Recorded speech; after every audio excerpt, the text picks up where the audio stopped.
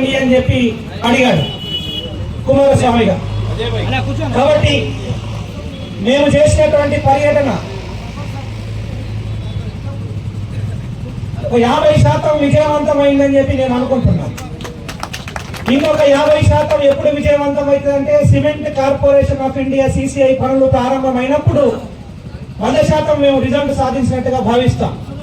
అయితే మన పోరాటం చాలా మందికి ఒక కనువిప్పు కలిగించేటటువంటి పోరాటం చేస్తున్నామని చెప్పి మేము అనుకుంటున్నాము, భావిస్తూ ఉన్నాం.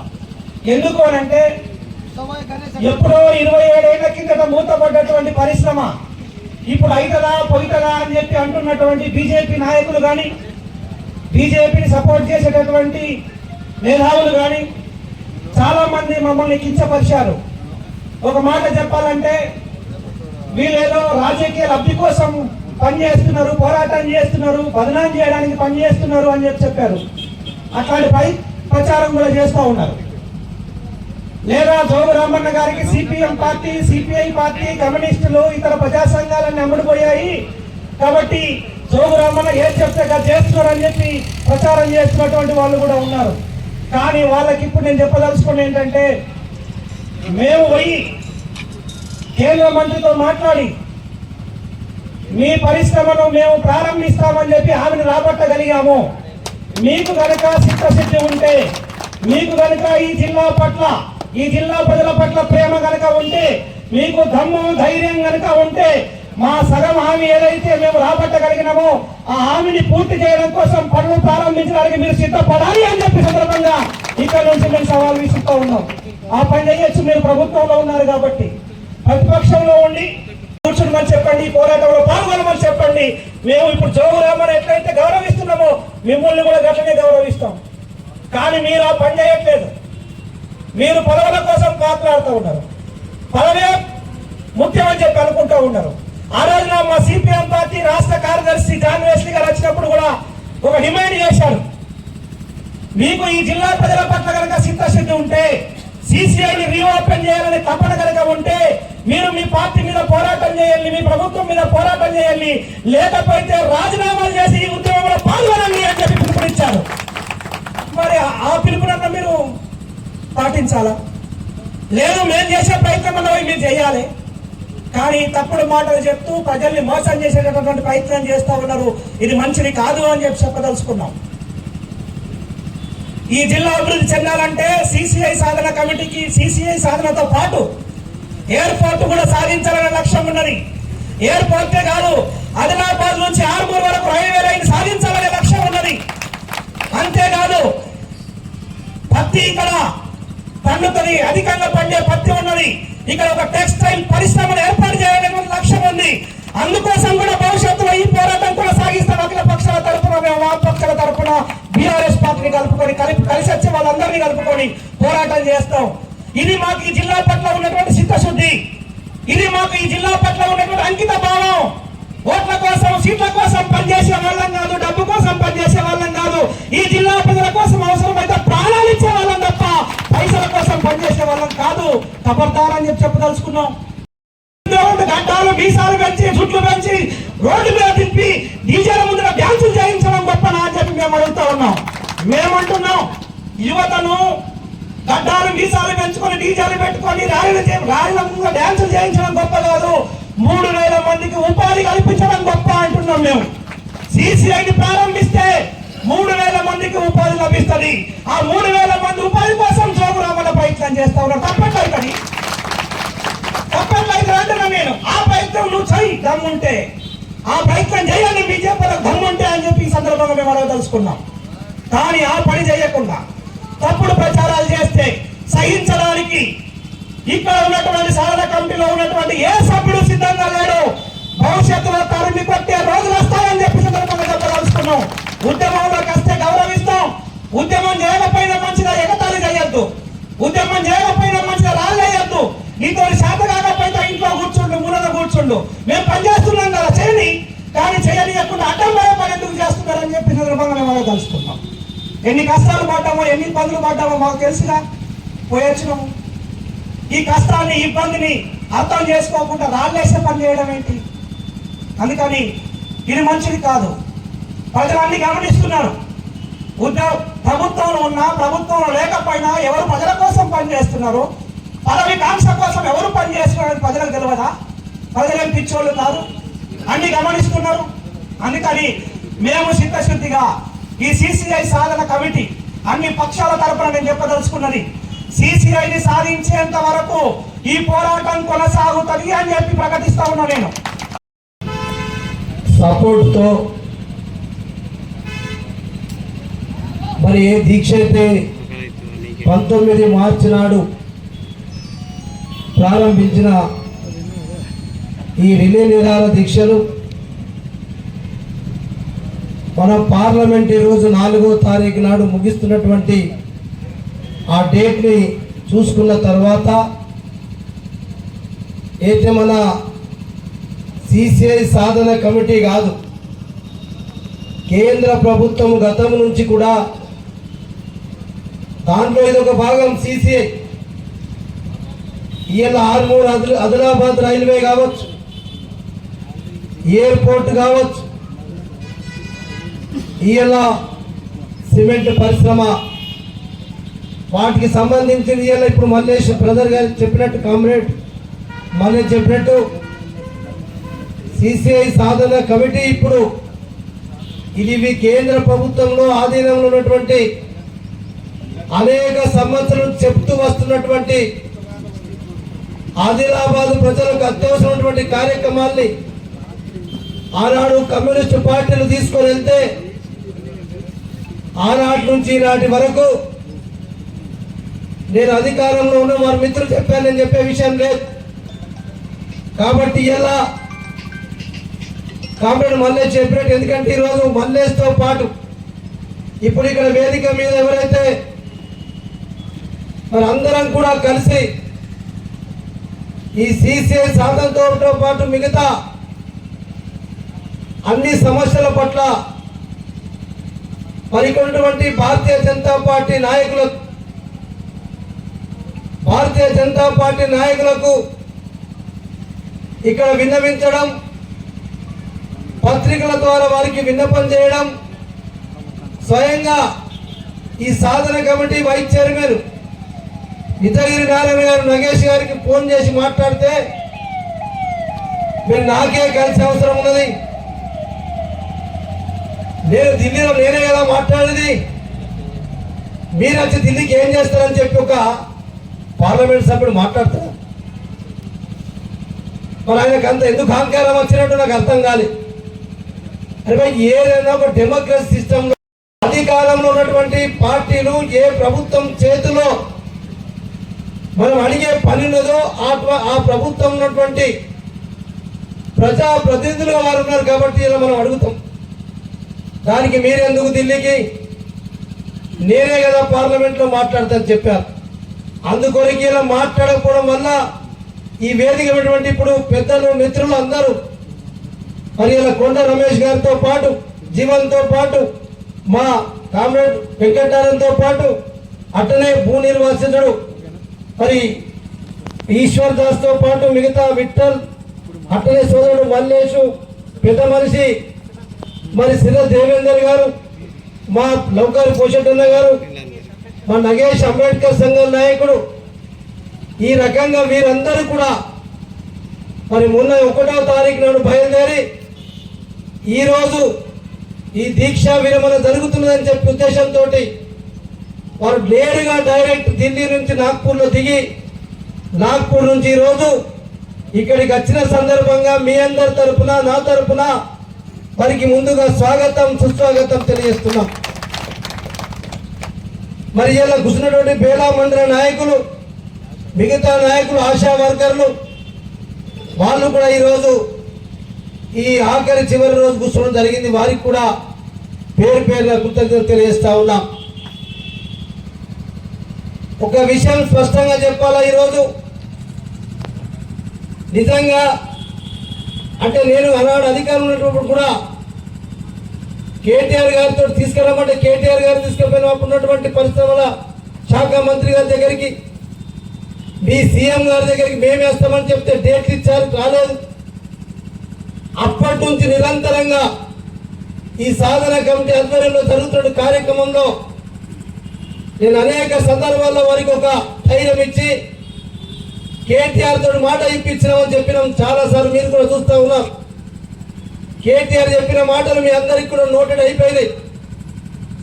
కానీ దురదృష్టం, మనం చెప్పిన కేంద్ర ప్రభుత్వం కూడా స్పందించి మళ్ళా మధ్యన ఎన్నికలు రావడం, ఎన్నికలు వచ్చి ఎన్నికల్లో మళ్ళా కూడా ఏదైతే 11 సంవత్సరం నుంచి భారతీయ జనతా పార్టీ ప్రభుత్వం ఉన్నదో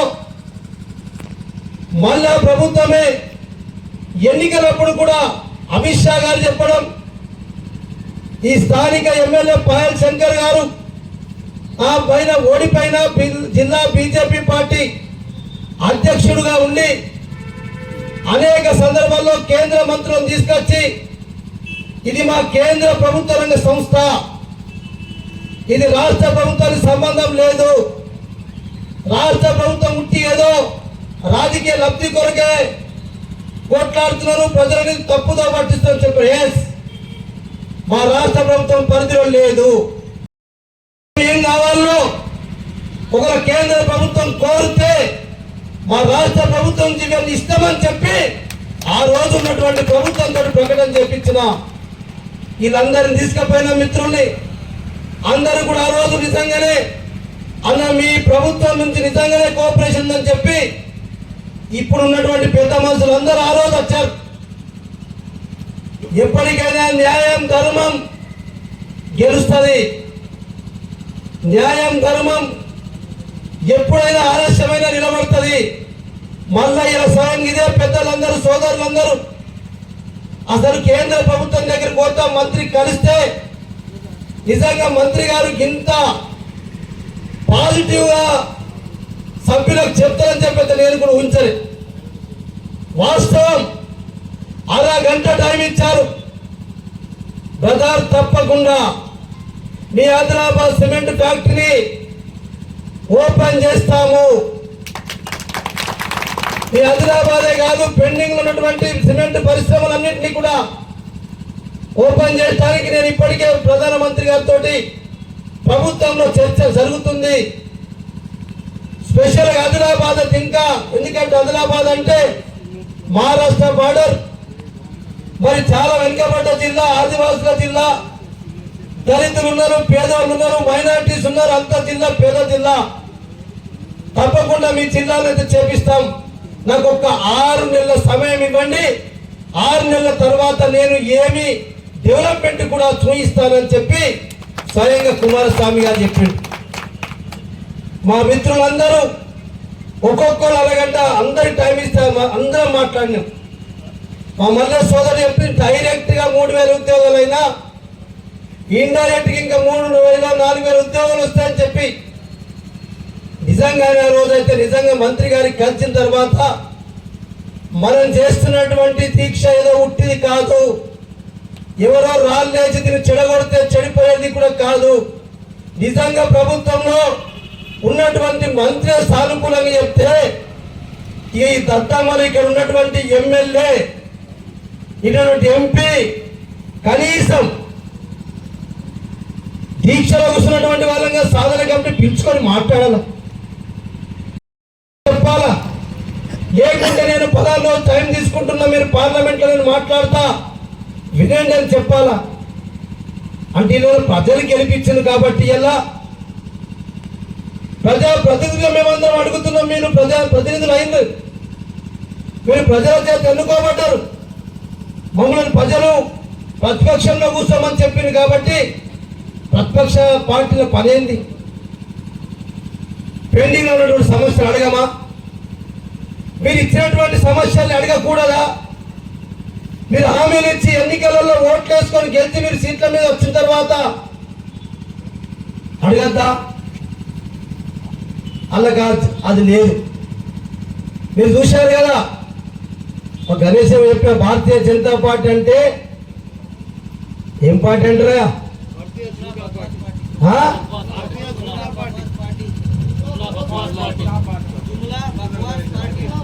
నువ్వు కాదు చుముల బక్వాస్ పార్టీతో పాటు ఇంకోటి ఏంటంటే దాడవ కొండ గణేష్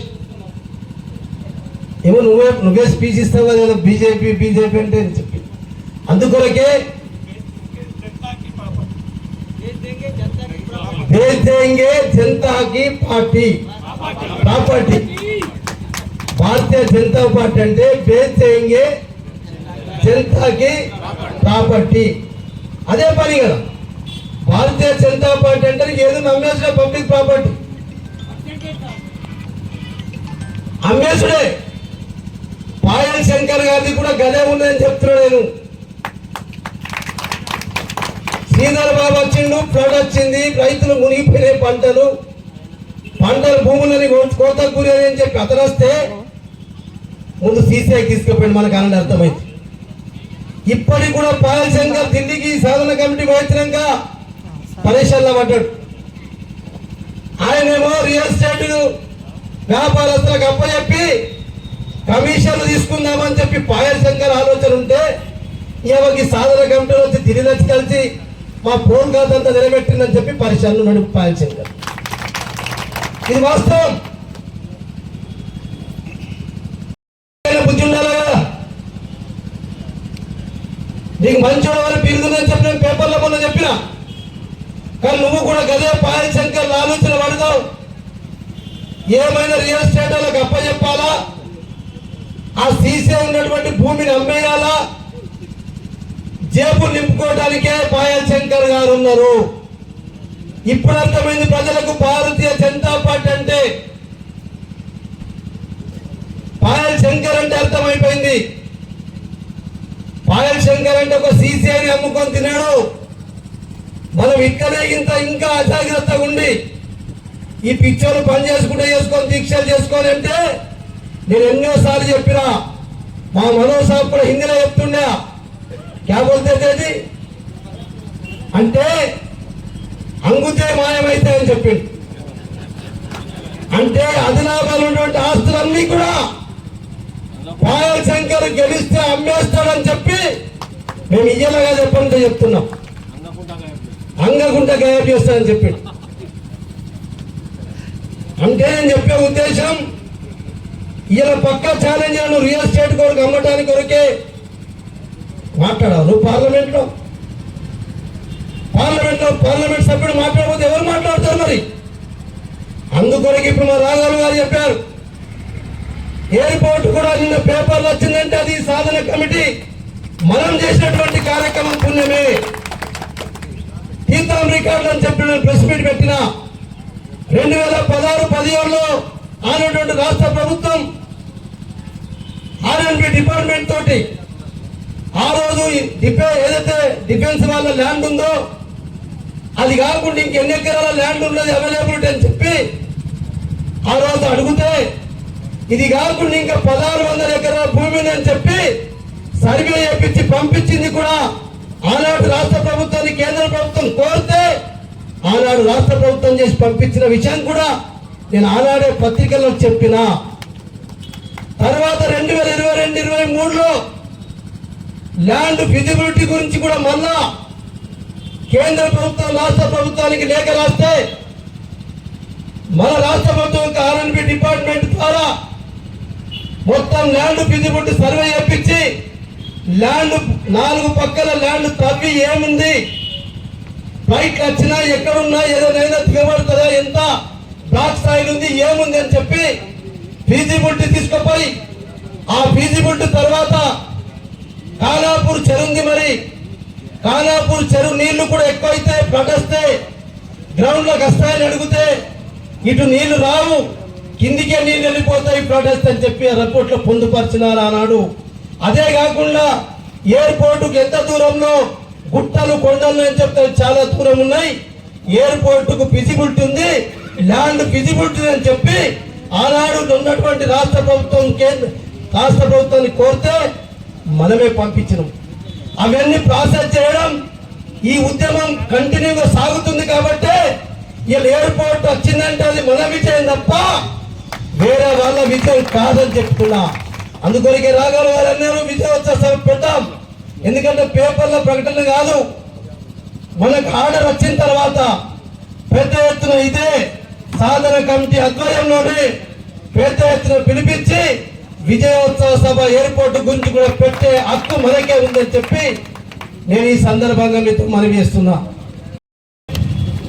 ఈ పాయల్ శంకర్ గారు పక్కా చెప్తున్నా, ఎందుకంటే ఇక్కడ ఏం మిగిలినాడు, జిన్నింగ్లు పోతున్నాయి. ఏ రోజు కూడా చరిత్రలో జిన్నింగ్ ఫ్యాక్టరీలలో మనం ఎన్నికలప్పుడు కానీ ఏదైనా బహిరంగ సభలకు కానీ ఒక్క వ్యాపారస్తులు ₹1 అడిగినటువంటి పార్టీలు ఇక్కడ ఉన్నాయి. నీతిరు ప్రతి మీటింగ్ కు డబ్బులు అడిగే పార్టీ కాదు కాబట్టి ఇది భారతీయ జనతా పార్టీ వచ్చింది కాబట్టి బేల్ చేయంగే జనతా కా ప్రాపర్టీ అని చెప్పి భారతీయ జనతా పార్టీ ఇలా బేల్ చేయంగే జనతా కా ప్రాపర్టీ ఆ పార్టీలో రోజుని వ్యాపారాలు జిన్నింగ్లు అని పీక్తాయి. ఇవి ఉన్నాయి. అందుకొరకే ఈ రకంగా ఇప్పటికైనా మా మల్లేష్ కామ్రేడ్ చెప్పినట్టు మాకు భేషజాలం లేవు. మేము ఆదిలాబాద్ చదువుకున్నటువంటి నిరుద్యోగుల యువతి యువకుల కొరకు మేము చేసే పోరాటం. పాపం భూములు కోల్పోయిండు, భూ నిర్వాసితులు రోడ్డు మీదకి వచ్చిందల్ల బతుకు. మళ్ళీ సిమెంట్ ఫ్యాక్టరీ పునర్ప్రారంభిస్తే అలా ఉద్యోగాలు వస్తే ఆ కుటుంబాలన్నీ కూడా మళ్ళీ పాపం వాళ్ళ జీవించడానికి జీవనోపాధి కలుగుతుందని చెప్పి మా ఆరాటం, మా పోరాటం. మేము ఎవరి కొరకో కాదు. రాఘవులు గారు చెప్పిండు, మళ్ళీ చెప్పిండు, నేను చెప్పే అవసరం లేదు. మేము అధికారంలో ఉన్నా అధికారం లేకున్నా ప్రజా సమస్యల పట్ల ప్రజల కొరకు ప్రజాక్షేత్రంలో పోరాటం చేస్తూనే ఉంటాం. అది ప్రజలు ఎన్నికలప్పుడు ఓట్లు ఎవరికి ఇష్టం ఉంటే వాడికి వేస్తాడు. ఓట్లు వచ్చినోడు గెలుస్తాడు. బానోడు జోగురామన్ ఓడిపోయినా నేను ఇక్కడ ఇంట్లో కూర్చొని పనిచేయడానికి సిద్ధంగా లేను. నేను ప్రజాక్షేత్రంలో ఉండి పనిచేయటానికే కట్టుబడి ఉన్నా. అందుకొరకే భారతీయ జనతా పార్టీ నాయకులారా, ఈరోజు బేల్ చేయంగే జనతా ప్రాపర్టీని అమ్ముతున్నటువంటి భారతీయ జనతా పార్టీని ఖచ్చితంగా ఇయ్యాల. కామ్రేడ్ మళ్ళీ చెప్పిండు, 2 రోజులలో ఉధృతంగా ఇంకా పోరాటం 6 నెలల వరకు అక్కడి నుంచి రావాలా. మనం 6 నెలల వరకు వేచి చూసే పని లేదు. సిసిఐ ప్రారంభించేంత వరకు, ఆరుమూరు నుంచి ఆదిలాబాద్ రైల్వే వేసేంత వరకు, అట్లనే మన ఎయిర్పోర్ట్ వచ్చినా సరుకులు వచ్చంటే మనమే విజయోత్సవ సభ చేసుకుంటాం. కాబట్టి ఇది అవి వచ్చినా కనీసం మనం యువత కొరకు చేస్తున్నాం. ఇప్పటికైనా మనందరూ ఇక్కడికి వచ్చిన వాళ్ళు రేపటి నుంచి మన వార్డులలో మన గ్రామాలలో యువకులతో చర్చ చేయండి. యువకులతో రేపు యువజన సంఘాలతోటి మేము కార్యక్రమం చేయాలని చెప్పి సాధన కమిటీ ఇంతకుముందు నిర్ణయాలు తీసుకునే ఉన్నాయి. అది మల్లేష్ గారు 2 days లో ప్రకటిస్తారు. ఆ కమిటీ ప్రకటిస్తుంది. కానీ ప్రకటించినప్పుడు మరి ఇంత పట్టి మిమ్మల్ని మీరు ఇంతమంది ఇక్కడికి వచ్చడం కాదు. రోజు ఏ కార్యక్రమం ఇచ్చినా, సాధన కమిటీ ఏ ప్రోగ్రాం చెప్పినా మనం ఖచ్చితంగా కట్టుబడి ఉండవలసిన అవసరం ఉంటుంది. నేను చెప్తున్నా కదా, దేవుని అందుకే చెప్పిన కొందరు మా కామ్రేడ్ సోదరులు ఉంటే, మీరు దేవుని నమ్మేటోళ్ళు అయితే మేము నమ్ముతాం, దేవుని నమ్మలోళ్ళు కూడా ఉండొచ్చు, దాంట్లో ఏం లేదు. దేవుని మొక్కుతనే నమ్మడం కాదు, మనసులో కూడా ఉండొచ్చు, అదేం కాదు. నేనేమన్నంటే నాకు అనిపించింది ఏంటంటే 100% బలంగింత అందరం కలిసి కట్టుగా పోరాటం చేస్తే సిమెంట్ పరిశ్రమ ఖచ్చితంగా వచ్చి తీర్థని చెప్పి నాకు మళ్ళొకసారి మొన్న పార్లమెంట్కి పోయిన తర్వాత అర్థమైంది. అందుకొరకే మేము మనకు అవసరం లేదు కదా, ఇప్పుడు ఎన్నికలు లేవు కదా. ఏదో ఎన్నికలు వచ్చంటేనే సీసీఐ గేట్ కాడ పోయి పటాకులు కొట్టిన వాళ్ళే. నేను ఆ రోజు జోగురామన్న 10 సంవత్సరాలు ఏం చేసిందంటే, జోగురామన్న వండుకోలే 10 ఏళ్ళల్లా. జోగురామన్న చేసే రాష్ట్ర ప్రభుత్వం పనులు మేము చేసినాం. కేంద్రం మీద ప్రెషర్ తీసుకురావడానికి కొరకు ఈ సోదరులందరి సహకారం, పెద్దలందరి సహకారం వాళ్ళ ఆధ్వర్యంలో నడిపించడం. అయితేనే ఈ పరిస్థితి ఉంది. సిమెంటు పరిశ్రమ అక్కడ దృష్టిలో ఎయిర్పోర్ట్ ఇలా వచ్చిందంటే ఆనాటి కృషి అయ్యేలా, ఆనాటి ప్రభుత్వాలు చేపించా పంపిస్తేనే వచ్చినాయి. ఏదో రేవంత్ రెడ్డి గారు సభలో చెప్పిండు, పాయల్ శంకర్ గారు నీ ఎయిర్పోర్ట్ వస్తుంది బిడ్డ అని పాయల్ శంకర్ చెప్తాడు రేవంత్ రెడ్డి. మరి పరిశ్రమ గురించి ఎందుకు మాట్లాడాడు పాయల్ శంకర్? ఎందుకు రేవంత్ రెడ్డి మాట్లాడాడు? ఈ రేవంత్ రెడ్డి లేకుంటే పాయల్ శంకర ఇంకెవరో శ్రీధర్ బాబా ఎవరో కలిసి దీన్ని ప్రైవేట్ కి ఇచ్చేసి రియల్ ఎస్టేట్ చేయాలనుకున్న వాళ్ళు ఎవరు? దీనికి సూత్రధారి కథానాయకుడు పాయల్ శంకరే, భారతీయ జనతా పార్టీ నాయకుడే. అందుకొరకే రేపు వచ్చిన తర్వాత సోదరులు ఏ ప్రోగ్రాం ఇచ్చినా ఎమ్మెల్యే ఎంపీ ఎక్కడ తిరిగినిచ్చే ప్రసక్తి లేదు.